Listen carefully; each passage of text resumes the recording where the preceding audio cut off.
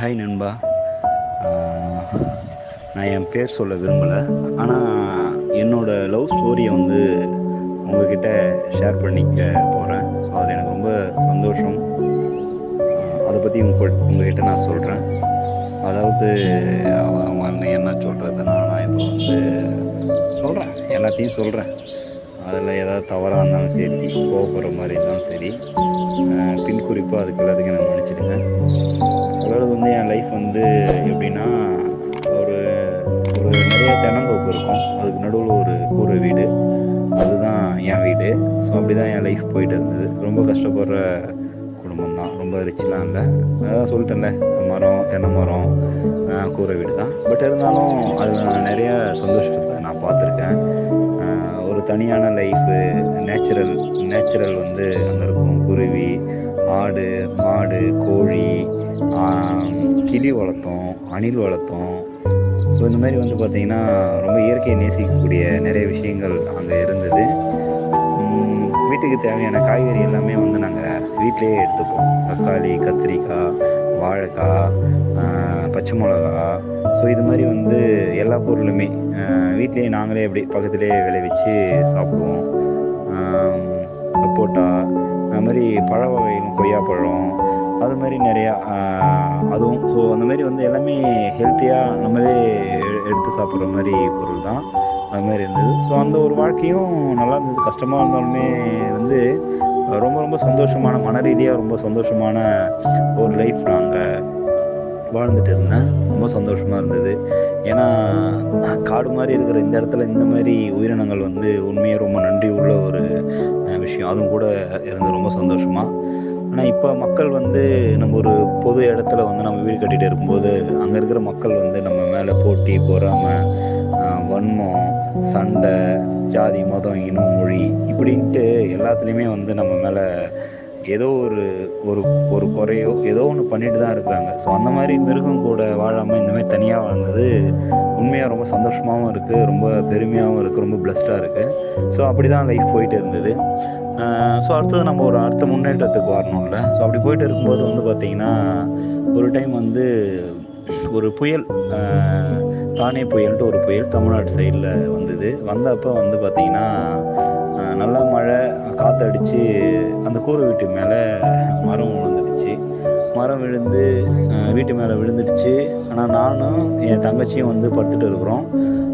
ஒரு கட்டத்துக்கு அப்புறமேட்டு தான் தண்ணி எல்லாமே வீட்டுக்குள்ளே வந்ததுக்கு அப்புறமேட்டு தான் நாங்கள் எந்திரிச்சு பார்க்குறோம். எந்திரிச்சு பார்க்கும்போது வந்து அந்த மரம் வந்து விழுந்து எங்கள் அப்பா மேலே விழுந்துருச்சு. கொஞ்சம் அடிபட்டுருச்சு அப்பாவுக்கு. ஆனால் அதுக்கு மேலேயும் விழக்கூடாதுன்னு சொல்லிட்டு அப்பா கட்டில் எடுத்து நிமித்தி நாங்கள் தூக்கத்தை களையக்கூடாதுன்ட்டு அப்படியே எங்கள் அம்மாவும் அப்பாவும் என் பக்கத்துலேயே உட்காந்துட்டு இருக்கிறாங்க. தண்ணி வந்தபோது தான் தெரியும் எங்களுக்கு வந்து ஸோ இந்த மாதிரி ஒன்று நடந்தது. அப்போ நாங்கள் ரொம்ப சின்ன பசங்க, ஸ்கூல் படிச்சுட்டு இருக்கோம், ரொம்ப சின்ன பசங்க. அது மாதிரி ஆயிடுச்சு. என்னால் வெளியிலையும் போக முடியல. அடுத்தடுத்து மரம்லாம் விழுது, இடி இடிக்குது, மழை பெய்யுது. என்னால் எந்திரிச்சு வெளியில் போக முடியல. ஏன்னா வெளியில் போனால் திடீர்னு ஏதோ ஒரு மரம் வந்ததுன்னா உயிர் போகிறதுக்கான வாய்ப்பு இருக்குது. ஸோ அதனால் அப்படியே போயிட்டு இருக்குது. டைம் ஆகிட்டே இருக்குது. என்ன பண்ணுறதுனே தெரில. எனக்கு ரொம்ப அழுகு வந்துடுச்சு. இதுக்கப்புறம் ஒன்றும் பண்ண முடியாது, இருந்தால் ரொம்ப கஷ்டம்னு சொல்லிட்டு நான் சைடில் ஒரு கூரை இருந்தது, அதை நான் எட்டி உடச்சி பிச்சுட்டு நாங்கள்லாம் கிளம்ப ஆரம்பிச்சிட்டோம். போகும்போது கிளியை மறந்துட்டோம். அப்புறம் திரும்ப வந்து கிளியும் தேடி எடுத்துகிட்டு நாங்கள் போய் ஒரு இடத்துல வேறு ஒரு வீட்டில் போயிட்டு, அதாவது மாடி வீட்டில் போயிட்டு நாங்கள் இருந்தோம். ஸோ அப்போ லைஃப்பில் நான் அப்போ தான் ரொம்ப ஃபீல் பண்ணேன்.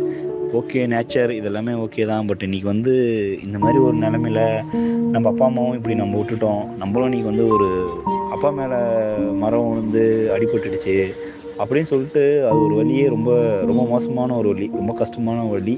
அது உணர்ந்தால் தான் அந்த வலி என்னன்றது புரியும். அது இப்போ கேட்டுட்டு இருக்கிற ஒரு சில பேருக்கு புரியும், ஒரு சில பேருக்கு புரியாது. ஸோ அவ்வளோ ஒரு வலி. நான் ரொம்ப அழுதேன், தேம்பி அழுதேன். அன்றைக்கி முடிவு பண்ணேன், ஒரு நம்ம வீடு கட்டியே ஆகணும் அப்படின்ட்டு நான் ரொம்ப முடிவு பண்ணேன். பட் அப்படியே நாட்கள் போயிட்டே இருந்தது. அதுக்கப்புறமேட்டு வந்து பார்த்தீங்கன்னா அதே ஊரில் புறம்போக்கு இடம்னு சொல்லுவாங்கள்ல, அந்த இடத்துல வந்து சொன்னாங்க, அங்கே இருக்க மக்கள் சொன்னாங்க, இங்கே ஒரு வீடு கட்டிக்கிங்க, நீங்கள் தோப்பில் வந்து இந்த மாதிரி ஏதோ ஒன்று ஆகுதுன்னா நீங்கள் இங்கே வந்து இருந்துக்கனால, அதனால் சும்மா தற்சமயத்துக்கு இங்கே ஒன்று கட்டிங்கன்னு சொன்னாங்க. அதேமாரி வந்து நாங்கள் அங்கே வீடு கட்டுறோம். அப்போ நான் அதுக்கப்புறமா காலேஜ், இந்த சம்பவம் நடந்து நான் காலேஜ் போயிட்டு இருக்கிறேன். அப்போ வந்து வீடு கட்டிட்டாங்க. கட்டினதுக்கு அப்புறமேட்டு அங்கே என்ன சொல்கிறது, அந்த ஊரில் இருக்கிறவங்க வந்து ஒரு சில பெரிய ஆள் இருப்பாங்களே, அவங்க ஜாதி ரீதியாகவும் சரி, அவங்ககிட்ட நாங்கள் கேட்காம கட்டிடணும் ஒரு ஈகோவில் வந்து நாங்கள் கட்டிட்டோம். வீடு கட்டி எங்கள் வீட்டுக்கு பக்கத்தில் நிறைய வீடெலாம் இருக்குது. நாங்கள் கட்டின வீடு வந்து அவங்ககிட்ட கேட்காம கட்டணும் அப்படின்னு சொல்லி, ஸோ அவங்களோட பலத்தை காட்டணும்னு அந்த வீடு இருக்கக்கூடாதுன்னு சொல்லி கவர்மெண்ட்டில் சொல்லி நாங்கள் காலையில் கட்டுறோம். சாயந்தரம் கட்டி முடிச்சிட்டோம். சாயந்தரம் வந்து கவர்மெண்ட் ஆஃபீஸர்லாம் வந்து அதை எடுக்கிறாங்க. இது வந்து இங்கே இருக்கக்கூடாது, யாரை கேட்டு கட்டிங்கன்னு சொல்லி இடிச்சிட்டாங்க. ஸோ அப்பா ரொம்ப ஃபீல் பண்ணார். அப்பா அப்படி சொல்லணும். அப்பா ஒன்று சொன்னார், ஓகே நீ இதெல்லாம் நீங்கள் இடிச்சிட்டிங்கடா, நான் வந்து என் உழைப்பு மேலே எனக்கு நம்பிக்கை இருக்குது, நான் உழைச்சி. அப்பா வந்து பார்த்தீங்கன்னா மரம் ஏறுறாங்க, தென்னை மரம் ஏறுறாங்க, பனை மரம்லாம் ஏறுவாங்க. ஸோ அதுவுமே ரொம்ப கஷ்டமான ஒரு விஷயந்தான். உயிரை பணையை வச்சு ஏறணும். எது மேலே ஏறும்போது எதை வழி கூட்டாலும் சரி, மட்டை கிட்ட கட்டினாலும் சரி, உயிருக்கு ஆபத்தாகக்கூடிய ஒரு பெரிய ஒரு தொழில் தான் பண்ணுறாங்க, கஷ்டமான தொழில். ரிலேட்டிவ்ஸ் நிறைய பேர் வந்து அது மாதிரி இறந்தும் இருக்காங்க.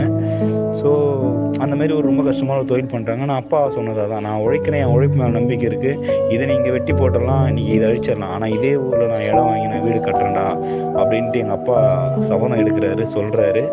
ஸோ நான் சாயந்தரம் வரும்போது தான், காலேஜ் வரும்போது இந்த ஒரு சம்பவம் நடந்ததுன்னு சொல்கிறாங்க. எனக்கு கஷ்டமாக இருக்குது. ஸோ நம்ம காலேஜ் முடிச்சு நம்மளும் வேலைக்கு போவோம், நம்மளும் சம்பாதிப்போம் அப்படின்னு நான் யோசிக்கிறேன்.